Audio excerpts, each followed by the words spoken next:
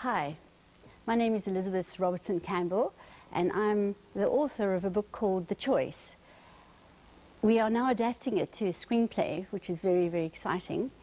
And Fiona, who ghost wrote and edited my book, is adapting it. And she was the one who actually made my book into a bestseller, giving it an appeal to young and old, male, female, Jewish, Gentile, and even religious and secular. So we could truly say it is a love story that has an eternal appeal and a general appeal, which is fabulous.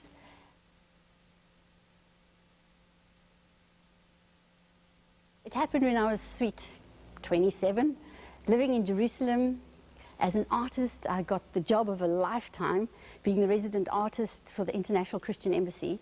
And quite by default, I met a fervent, very religious young Jewish man who burst into the embassy one day, basically telling us Christians to pack our bags and leave his country because enough damage had been done in the name of our God.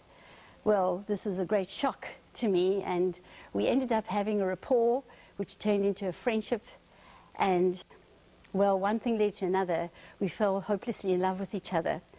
Merging our two faiths, if you would like to put it in cultures, I had the most incredible epiphany of, as a Christian, of finding my Hebraic roots, fascinated with the fact that our forefathers, Christian forefathers, had thrown out the bedrock, if you would like to say, or the blueprint of God's ancient paths and traded it in for pagan rituals. And of course he ended up realizing that this Jesus, who he used as a swear word, happened to be his Messiah.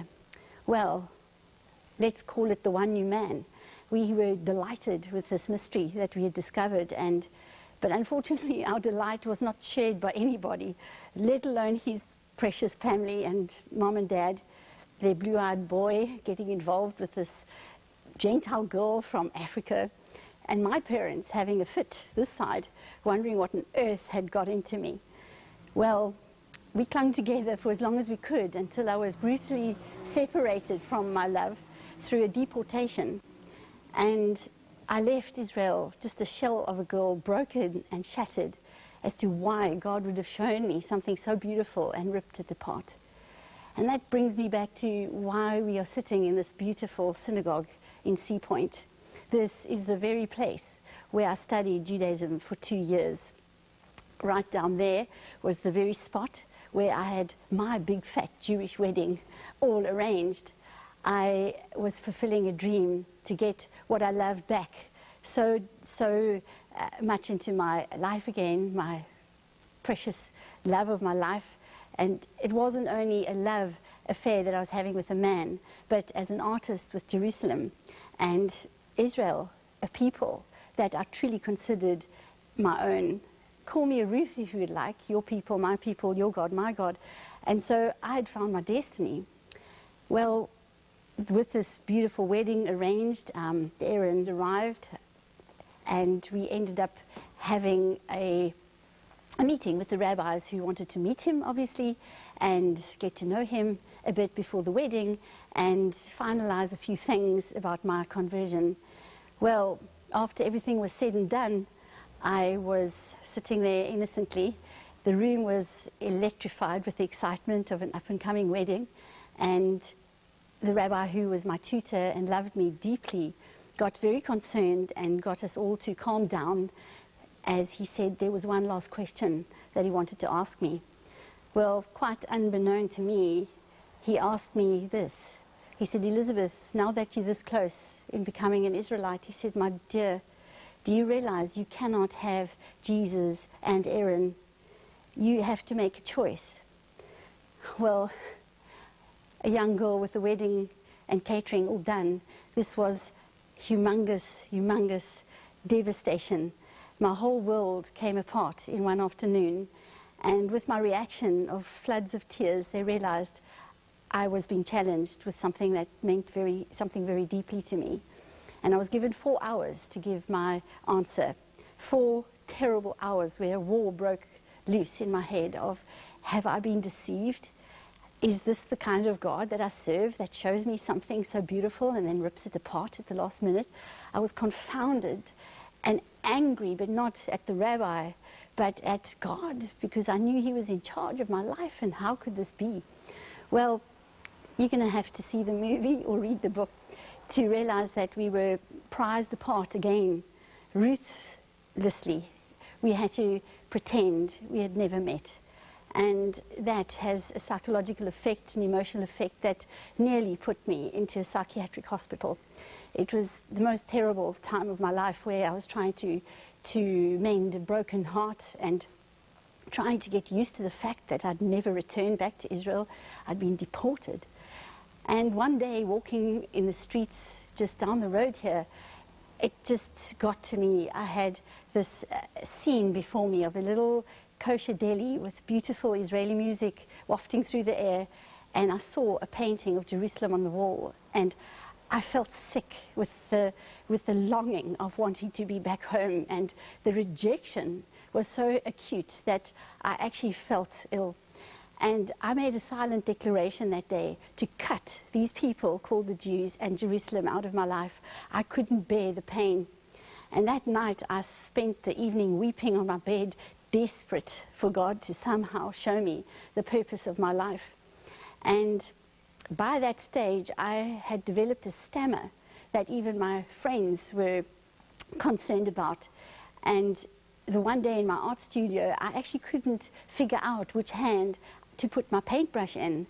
And it was confounding, because I thought to myself in a brief moment, is God taking my art away now? I was completely shattered, and I thought, my goodness, Lord, then just strike me dead. What is there to live for anymore? And while I was having that tear attack on my bed, I, in desperation, flopped open my Bible to find an answer.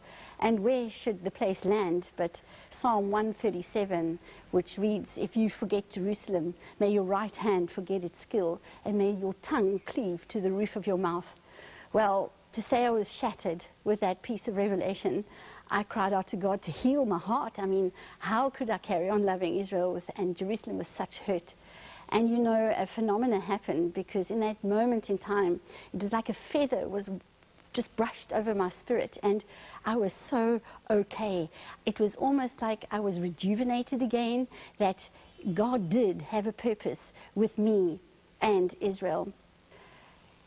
On that fatal day where the rabbi asked me the question, saying that I couldn't have Aaron and Jesus, that I would have to make a choice,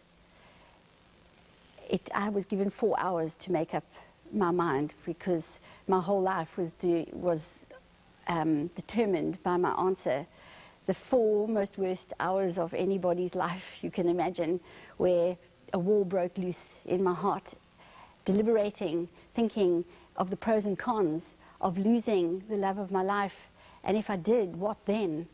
Confounded by this set of circumstances where we were 48 hours away from our wedding day. Well, I had the presence of mind to drag myself back into that meeting 4 hours later, and with all I can say, the help from heaven, I was able to say and tell those rabbis what I believed to be so true and real to me, and that was that Yeshua was the Messiah. And that day I sacrificed everything. It was that moment in time that everything was annulled. My wedding, my conversion, my chances of ever going back to Israel in 1 hour. It was, I just collapsed on to the floor in a heap, just sobbing my eyes out, until the rabbi came, extremely, extremely concerned about what was taking place. And he said to me, "Elizabeth, what you've done today is so noble." He said, "I know that your Lord said that if you deny him in front of man, he will deny me in front of God." Well, he knew the scriptures, and he also said, "You know, you have a gift, and that is called faith." And he said, "My girl, I'm going to keep my eye on you, because God's going to use you. And I don't know what it's going to be, but maybe your task is to go back amongst your people, amongst the Christians, and teach them of their Hebraic roots." Well, at that moment in time, it was the last thing on planet Earth that I ever wanted to do. But he was very prophetic, because that's what has happened. And you know, that is the significance of my story. It's not only just a fantastic love story with ardent faith and brutal sacrifice, but it teaches people in the process of seeing this beautiful love story about the one new man, Jew and Gentile, needing to get together in these end times. You know, there will be no Messiah, a return of the Messiah, until we get this one right. And that's why this movie is so significant.